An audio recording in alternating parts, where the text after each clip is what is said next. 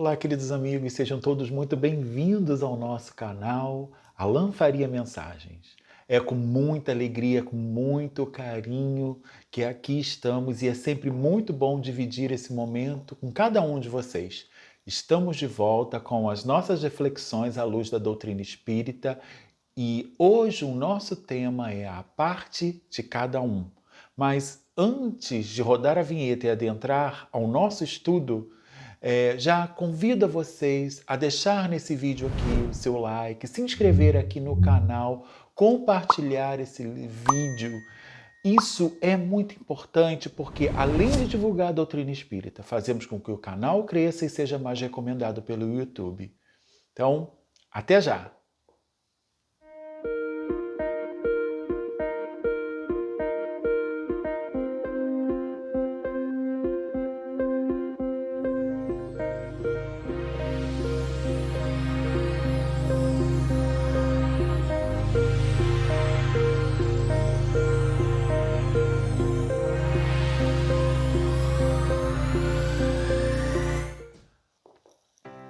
Então, queridos irmãos, hoje o nosso estudo é intitulado A Parte de Cada Um.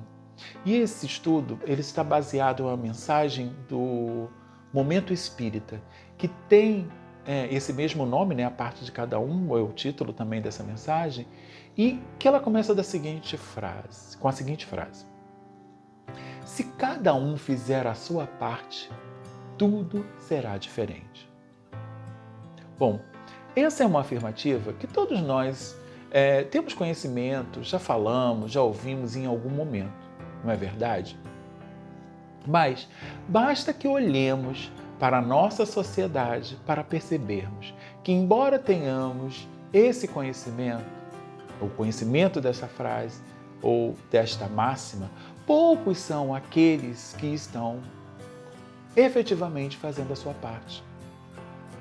Então, no sinal que não respeitamos, no lixo que jogamos nas ruas, na fila dupla ao deixar o filho na escola, ao andar pelo acostamento quando nos deparamos com os engarrafamentos, quando ignoramos a cara fechada de um familiar, quando fingimos não ver os que pedem na rua ou aqueles que batem à nossa porta.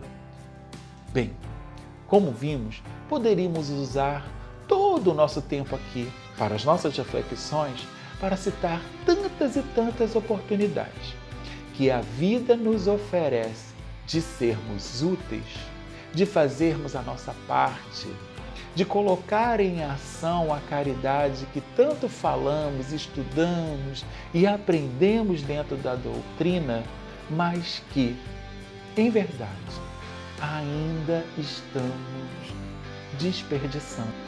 Essas oportunidades aparecem no nosso dia a dia, das mais diferentes formas, e nós não estamos aproveitando delas. Na realidade, o que fica evidente para todos nós é que ainda está prevalecendo o egoísmo, que, segundo a doutrina, é a matiz, é a base de todos os males. Então, farinha pouca, meu pirão primeiro. Nos fechamos na saciedade dos nossos desejos, dos nossos prazeres, na busca dos nossos benefícios, das recompensas que nos julgamos merecedores, que acabamos esquecendo que os outros também são filhos de Deus e merecem tanto quanto nós. Mas estamos afirmando da seguinte maneira: não sou o dono do mundo, mas sou filho do dono. Na ilusória percepção de que somos filhos únicos. Você é filho do dono, mas os outros não? Olha o que Pascal nos diz lá no Evangelho segundo o Espiritismo. O egoísmo é a negação da caridade. Ora, sem a caridade não há descanso para a sociedade humana. Digo mais, não haverá segurança, com o egoísmo e o orgulho que andam de mãos dadas, a vida será sempre uma carreira em que vencerá o mais esperto. Uma luta de interesses em que se calcarão aos pés as mais santas afeições, em que nem sequer os sagrados laços da família merecerão respeito. E Pascal nos fala isso em 1862.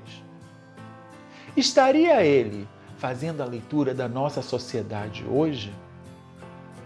Não é exatamente o que estamos nos deparando?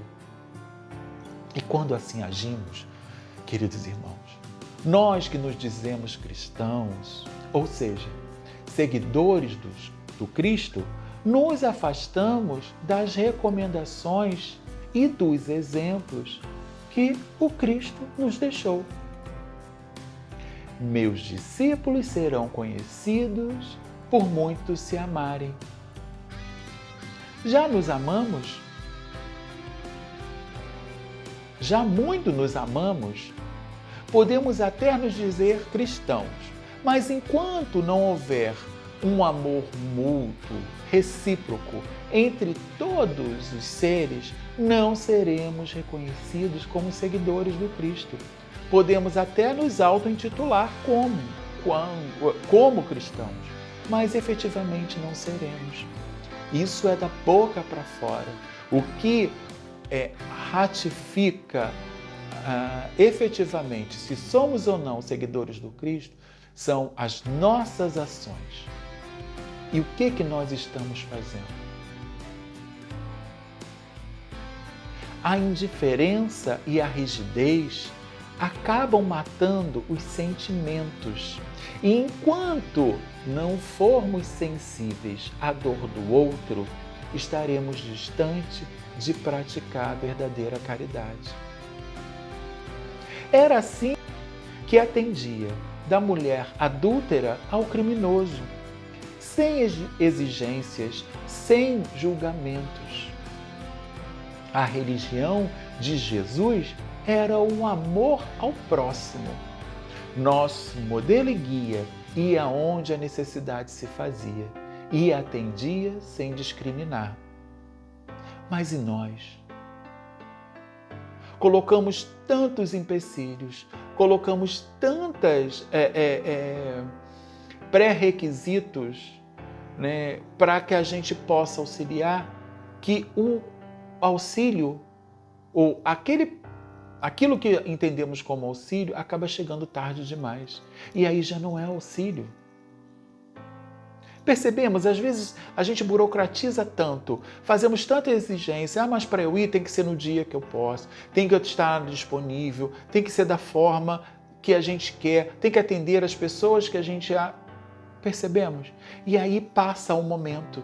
E quantas as oportunidades nós não estamos perdendo por conta dessas exigências? Descabidas, na verdade. Porque quando a dor se faz, o impulso de todos nós deve ser de auxiliar. E essa dor não precisa nem ser relatada. E é isso que a gente ainda não se apercebeu. Nós sabemos muito bem o que diz a doutrina espírita a respeito da caridade. Qual é o lema do Espiritismo? Fora da caridade não há salvação, não é isso? E segundo Kardec, todos os deveres do homem se encontram resumidos nessa máxima. E o que é dever? Dever é a obrigação moral da criatura para com Deus, para consigo mesma e para o próximo. Então, assim, se todos os deveres do homem se encontram resumidos na máxima de fora da caridade não há salvação, e que dever é a nossa obrigação moral diante de Deus, diante de nós mesmos e diante do próximo, se a gente não está fazendo isso, estamos trabalhando pela salvação? E salvação aqui tem que ser entendida como o quê? O aprimoramento de nossas almas. A melhora e a transformação de nós mesmos. É isso que vai nos capacitar a adentrar ao reino de paz, de amor e de felicidade que Jesus veio nos preparar. Leon Denis nos diz assim no livro Depois da Morte: entretanto, não é só o mal que reina no mundo, porque muitas vezes a gente está tão fixado nas notícias negativas, no mal, que a gente não consegue perceber que existem tantos esforços também na direção do bem. Há no homem, continua Leon Denis, há no homem também boas qualidades e virtudes, mas há sobretudo sofrimentos. Mesmo esses que têm qualidades e virtudes e elas já são aparentes, esses também passam por problemas e por dificuldades. Mas, se desejarmos ser caritativos, não deveremos ver no homem mais que um companheiro de provas ou um irmão na luta pela vida. Vejamos os males que ele sofre em todas as classes da sociedade. E aí ele arremata da seguinte forma: quem não oculta um queixume, um desgosto no fundo da própria alma, quem não suporta o peso das mágoas, das amarguras? Todos nós passamos por problemas e dificuldades, mas não podemos deixar com que ele nos paralise. Porque às vezes ficamos fixados tanto nesse problema, nessa dor, achando que a nossa dor é maior do que o outro, e estamos aqui a do outro, né, a maior dor do mundo, que não percebemos que estamos, na verdade, dando provas do nosso egoísmo até mesmo na dor. O objetivo primeiro do nosso reencarne no orbe terrestre é a nossa depuração. Visa o aperfeiçoamento moral de nós espíritos. Fomos chamados ao trabalho e não para a colônia de férias. E aí é o grande equívoco. A gente perde tempo, energia, saúde, buscando a realização material, acreditando que a satisfação desses desejos, né, e desse material é que vai proporcionar a felicidade que nós tanto almejamos.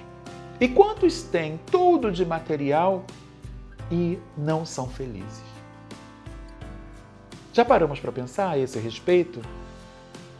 No texto nós encontramos assim: constituímos uma única família, para a qual não há fronteiras, nem entraves de idioma, raça ou nacionalidade.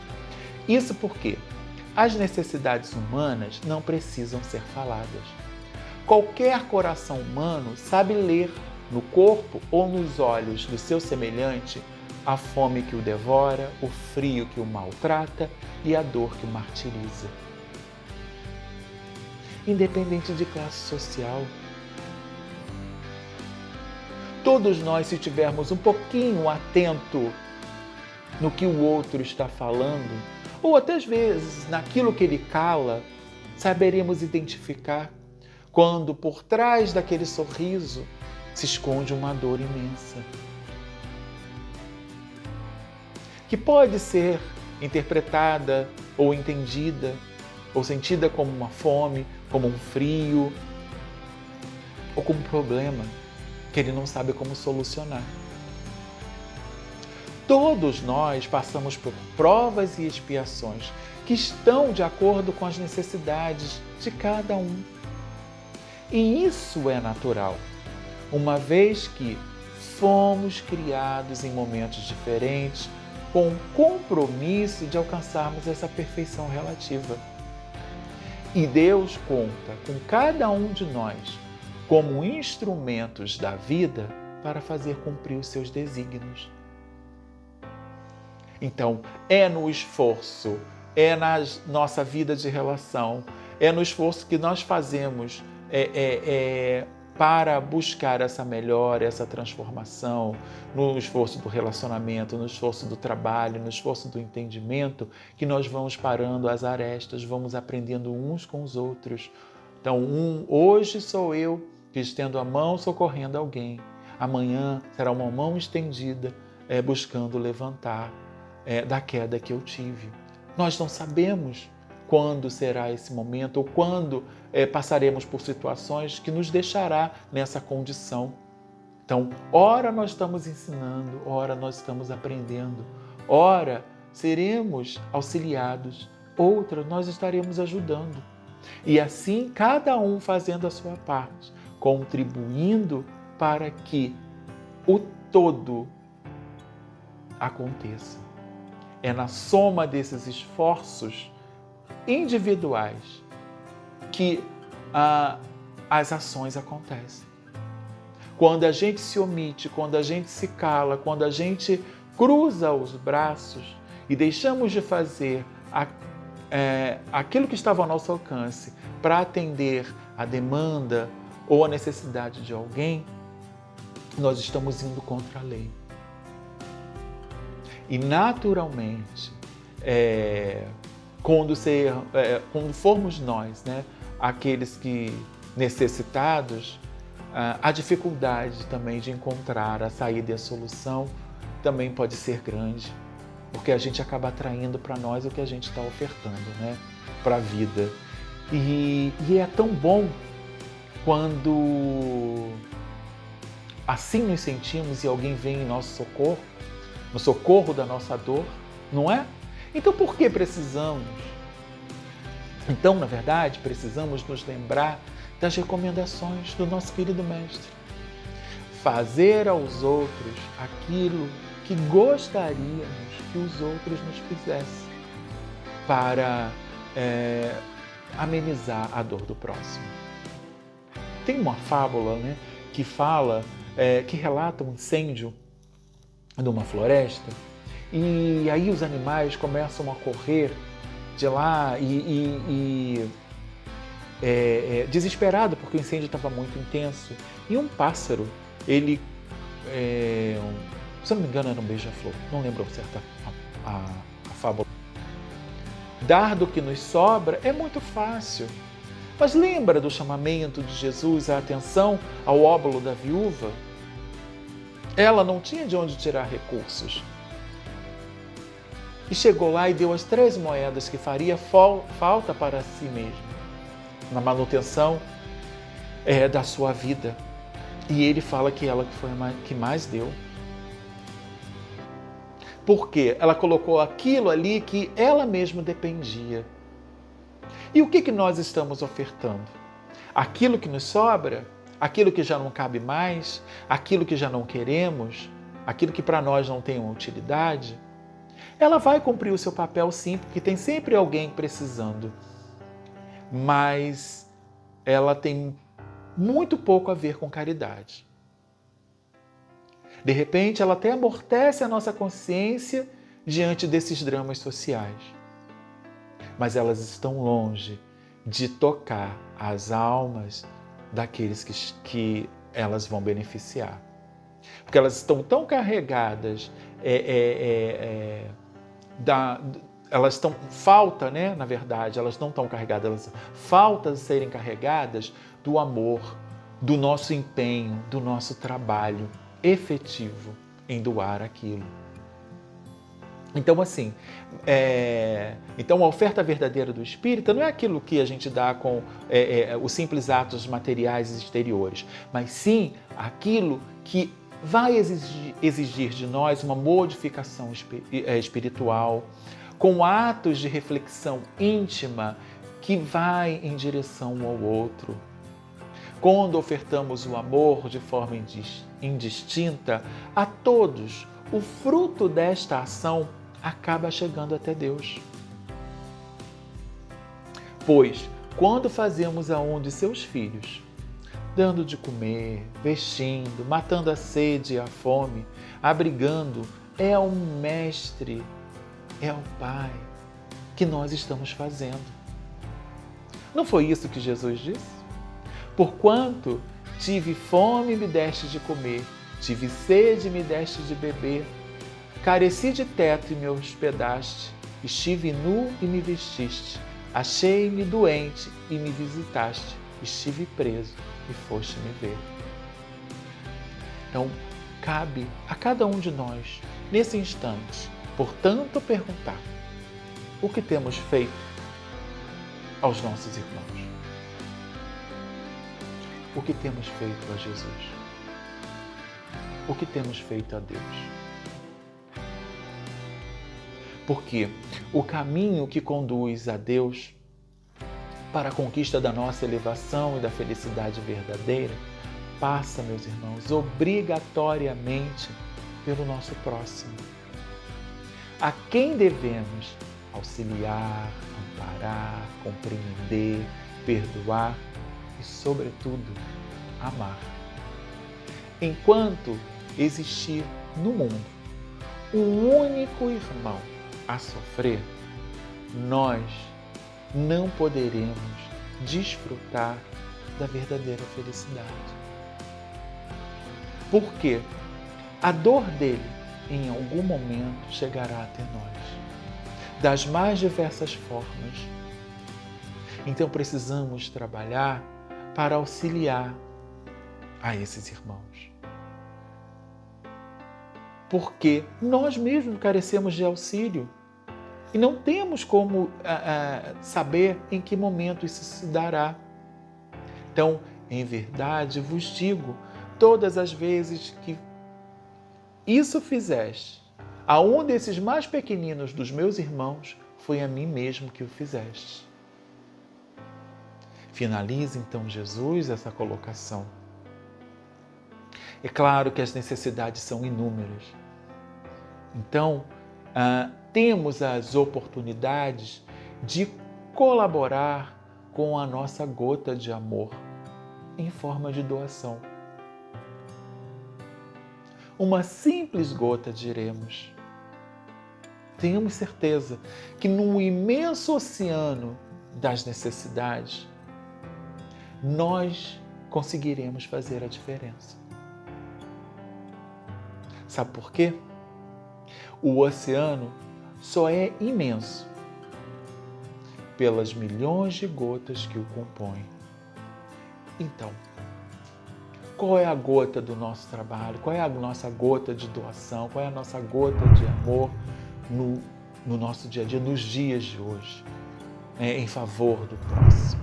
Estamos contribuindo para que esse imenso oceano, feito de milhões de gotas, se compõe, ou a gente ainda está se ausentando? Estamos à parte dessa grande obra. Fazer a nossa parte em favor do outro, além de auxiliar na obra do Cristo, nos capacita a receber quando a necessidade bater na nossa própria porta. Então, essa é uma reflexão bastante significativa e que todos nós podemos usar de uma forma a balizar, a fim de que a gente possa refletir nos nossos atos, nas nossas atitudes, naqueles que nos levam em direção ao outro, nesse grave momento em que passamos, para que a gente se aperceba como nós podemos fazer a diferença na vida do outro. Como nós podemos auxiliar e contribuir com essa gotinha que seja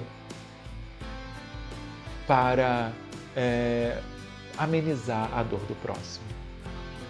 Tem uma fábula, que fala, que relata um incêndio numa floresta e aí os animais começam a correr de lá desesperado porque o incêndio estava muito intenso. E um pássaro, ele, se eu não me engano era um beija-flor, não lembro certo a fábula agora. Ele lá molhava lá as suas asas e ia lá, jogava aquela gotinha, lá no incêndio. E até que num momento o elefante se depara com aquela cena e pergunta: mas por que você está fazendo isso? Essa gota aí não é capaz de amenizar esse incêndio ou apagar esse incêndio, E no que ele responde: eu estou fazendo a minha parte. Então, que a gente possa refletir nesse instante a esse respeito. Por maior que seja o incêndio, por maior que seja o problema, por maior que seja a dificuldade, às vezes, e às vezes não, na maioria das vezes, nós não conseguiremos encontrar a solução. ou dar a resposta, ou fazer a transformação necessária, ou que gostaria. Mas a gente pode contribuir, de alguma forma. Mesmo sentando ali e ouvindo o problema, ou a outra pessoa desabafar, a gente já vai estar contribuindo de alguma maneira. E isso já fará um bem danado para essas pessoas. Então, estar atentos a essas ações diárias é a gente se colocar à disposição de Jesus para que o bem aconteça. E aí, a própria espiritualidade amiga, os benfeitores espirituais, os mentores acabam se utilizando da nossa boa vontade para auxiliar aqueles que estão ali. Então, hoje a gente começa auxiliando um. Amanhã a gente já está encampando tantos e tantos corações na ação do bem que já conseguimos fazer. Essa é a proposta. Que a gente coloque, repense um pouco de que forma a gente está contribuindo para transformar esse mundo num mundo melhor. Reclamar que o mundo está complicado, está difícil, a gente vê aos montes. Mas poucas são as atitudes feitas ou tomadas por nós para transformar esse mundo, para fazer desse mundo melhor. Mundo melhor requer pessoas melhores. Mas e nós? Já somos pessoas melhores? Então, esse é o nosso dever de casa, para a gente tentar responder essa pergunta e repensar as nossas atitudes, para que elas possam nos abençoar no amanhã. Então, que Deus nos abençoe e ampare e inspire nesse propósito. Gostou do nosso tema? Quer sugerir algum assunto para a próxima abordagem? Vamos interagir. Deixe sua opinião aqui nos comentários, vamos trocar informações, aprofundar no assunto, pois é dessa forma que conseguimos internalizar a mensagem, deixamos com que ela faça a diferença e seja útil em nossas vidas. Não se esqueça, deixar aqui o seu like, se inscrever no canal, compartilhar esse vídeo. Assim fazemos com que o bem chegue a outros corações, que o canal cresça e seja mais recomendado pelo YouTube. Vamos espalhar o bem.